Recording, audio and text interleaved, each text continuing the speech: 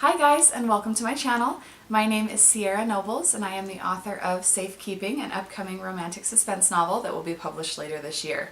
I'm so excited that you guys are here. I'm finally going to start talking about some different writing topics that I've really struggled with over the last few years and how I've overcome them. This week's topic is self-doubt. If you're a writer and you don't have any self-doubt or you've never struggled with self-doubt, then I really want to be you, first of all. Second of all, I think it's safe to say that probably 99% of writers know exactly what I'm talking about when I talk about self-doubt. I'm going to go ahead and define it anyway and talk about what self-doubt is for me. Self-doubt can take a lot of different forms. It can be anywhere from doubting your own writing ability, doubting your story, doubting your characters, doubting that anyone will want to read your book, doubting that anyone will buy your book if you publish it.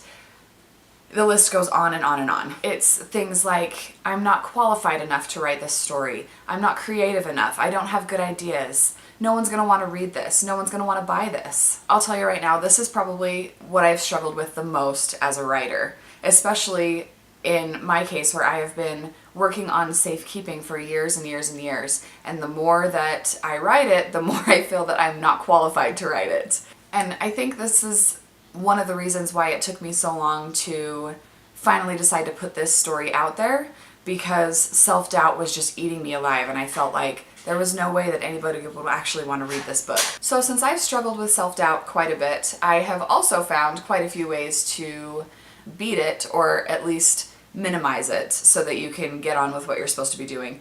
Self-doubt can be really debilitating in your writing, in not only the writing itself, but in your ability to move forward once you've written a story. So today I've come to share with you 5 hacks that I've found to minimize or completely get rid of self-doubt. So hack number 1 is called possible thinking. The first thing you need to understand about self-doubt is that it's okay to feel that way and it's normal to feel that way. That seems kind of obvious, but I think it's really overlooked when you're kind of in the middle of things. In my experience, self-doubt comes from somewhere. So if I feel like I'm not qualified to write a story, that might be the case. I might feel like I'm not qualified, there might be a reason for that. So instead of thinking, I'm not qualified to write the story, I'm just not going to write it, how about, I'm not qualified to write this story right now, so here's the research I'm going to do to make sure that I am qualified. You're acknowledging the fact that maybe you're not where you want to be right now and that might be causing your self-doubt, but you're also putting into your mind a game plan for how you can fix it. That takes a little bit of the power away from the self-doubt, and you know that there's a way that you can move forward because you've got a clear action plan for how you can do that. Hack number 2 is to give your inner critic a name. I actually found this one on an article that I was reading about self-doubt, and I thought it was so funny, and I use it all the time. A lot of researchers in the article that I read said that if you put a name to the voice inside your head, it takes away the power from it. And that's kind of, it's obvious, right, when you think about it, but it's not something that maybe you would have thought to do. So I'm just going to read you some of these examples because I thought they were really funny. So one researcher calls hers the nag, the gremlin, the perfectionist. I actually call mine Negative Nancy. So whenever I start feeling those negative voices coming into my head, I know it's just Negative Nancy putting her spin on things, and somehow that kind of takes away the anxious cycle that you get into when you fall into that trap of self-doubt, because once you give into that, it is just this whirlpool that just drags you down and down and down. Essentially, by putting a name to the voice inside your head that is always telling you you're not good enough, you break that anxiety cycle that is just going to spin you in circles and you can't get out of it. Hack number 3 is to look to the past. How many times in your life have you had something coming up and you felt so anxious about it and you just knew in your gut it was going to go horribly wrong? I'm thinking things like an upcoming speech you have to give, or an upcoming presentation for school, or an upcoming release of a book you might have just written. How many times have you had that horrible feeling and then the event came and passed and it was not anywhere near as bad as you thought it would be? 99% of the time, those thoughts in your head are just that. They're just thoughts. And so by looking to the past and thinking about all the times that you've had those exact same thoughts and things have turned out not as bad as you thought, or even sometimes they turn out great, by looking to that, it reminds you that the feelings you're feeling right now, they're probably not going to be validated. And The doubt that you're feeling right now is probably just that. And by the time the big event comes around, that doubt is going to be nothing because it'll have passed and it'll have been just fine. Hack number 4 is don't compare yourself to other authors and writers. With the rise of social media, comparing your life to other people's highlight reels is easier than ever. This is especially true with writers and authors. I follow a lot of authors on social media, and I can tell you right now, it is really easy to fall into that comparison game with them. I'll look at other authors' pages, and I'll be like, she wrote so many words today. Oh my gosh, she got a publishing deal. He's published so many books. Her writing is so great. It's really easy to look at that and then look at yourself and feel like you pale in comparison to anybody on social media in terms of writing. Those authors, especially on their official author pages, they're not going to tell you about how many times they've struggled to write. They're not going to tell you about how they've compared themselves to other authors. And they're not going to tell you about the extreme lows that they've had in their writing journeys, just like you've had extreme lows in yours. I especially fell into this trap because when I decided I was going to get my story published, I had a very specific idea of the way that my journey was going to go. I was going to submit a few query letters. I would get an agent right away.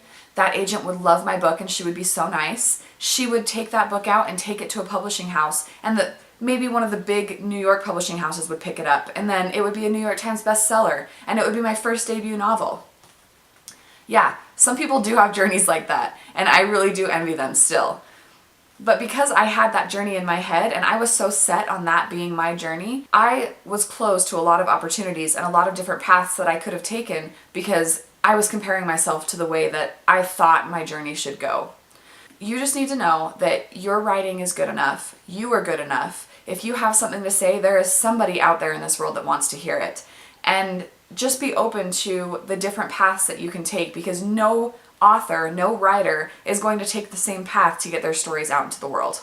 Hack number 5 is to get a boost of optimism.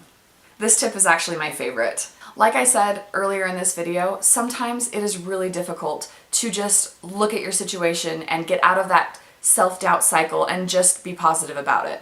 Sometimes you just can't do it. Sometimes all those other tricks don't work and you're still mired in self-doubt and you still feel like you're not good enough and you still feel like you can't do it.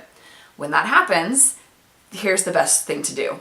Get that optimism from somewhere else. Get it from someone else. I don't care who. This can be from a family member or a friend, or my favorite is to listen to motivational speeches. Motivational speakers have such a way with their words and with the way that they talk to you that it is almost impossible to listen to one of their talks or speeches and not feel bolstered yourself. I have a few books that I turn to when I feel like I'm not good enough or when I feel like I need a boost. My favorite book right now for this is called Girl, Wash Your Face. I'll link it in the description below because if you haven't read it already, you really, really should. I actually have it on Audible, so I listen to it when I feel down. Rachel, the author, is amazing. She's the one who actually reads it in the audiobook version, and she is really great at just bolstering you, and she doesn't do it in a fluffy kind of way. She will just tell you how it is, and the way it is not as bad as you think it is.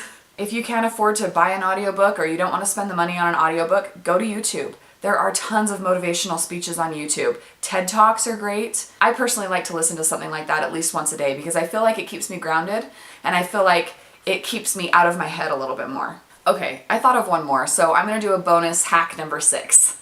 Hack number 6 is to see your setbacks as temporary and celebrate your little wins. In your writing journey, there are going to be setbacks. You're not going to finish a book on time. You're not going to finish a book at all. You're going to get stuck. You're going to hit writer's block. You may try to get published and you may get a million rejection letters. Every setback on this journey is temporary, whether it's as little as hitting a roadblock in your current manuscript, or it's as big as 25 rejection letters from agents you really thought were going to take your book. You've got 2 choices in that situation. You can either see it as a failure and you're done and you're never going to be a writer and that's it, or you can course correct and keep on going. Like I said before, there are so many different routes to getting your story out into the world that if you hit a wall on one, that doesn't mean that's the only path you had. It doesn't mean you're a failure. You may have failed, but you're not a failure unless you stop right there. Instead, look at that setback and ask yourself, okay, how can I learn from this? What is my next step? What can I do to move past this? And most importantly of all, when you have a little win, you celebrate that win as if it's a big one. If you finished your manuscript, throw yourself a party. Even if you just hit your word count goal for today, pour yourself a glass of wine, champagne, orange juice, I don't care. The important thing is that this journey is going to have so many ups and so many downs, and sometimes the downs are really, really hard to get through. So when you hit that up, when you hit that peak, just make sure that you celebrate it, even if it's just a little tiny hill. This will renew and recharge your motivation to keep on going, no matter how hard it gets. Because I'll tell you right now, this is worth it. Your work is worth it. Your story needs to be out there and somebody wants to read it. Somebody needs to read it. All right, that's all I have for hacks to beat self-doubt. I'd love to hear from you guys though. If you have any other tricks that I didn't mention, please let me know in the comments below because I'd love to hear about it. Also, if you like this video, please hit the little thumbs up button and subscribe to support my channel. I think that's it for this week, so please tune in next Monday and I'll have a new topic to cover with you. Oh, before I forget, I did promise that I would give you guys an update on where I'm at with my edits for safekeeping. So as of today, the day I'm recording this video, I have 8 days left. However, I have been working around the clock on it, and I am proud to say that I am now 1/3 of the way through the book. This is actually a good thing because most of the major changes happened in the first third of the book anyway, so I'm hoping that I'll be able to speed it up and really get this thing finished by March 10th, which is my self-imposed due date. I always give more up-to-date information on my social media pages, so if you haven't already, definitely go find me and follow me there. I'm on Instagram, Facebook, and Twitter. I'll link them in the description below. I'll also link my website because I've got a few fun things coming for those people that are on my mailing list on my website. So if you aren't already, I would encourage you to head over to cearanobles.com, link below, and subscribe to my mailing list. I've got a lot of exciting things coming in the next few months, and the first people to know about those things are going to be the people on my newsletter list. Okay, that's really it for this week. I really appreciate you watching if you made it this far. And again, if you haven't already, please subscribe. I will see you guys next week. Bye!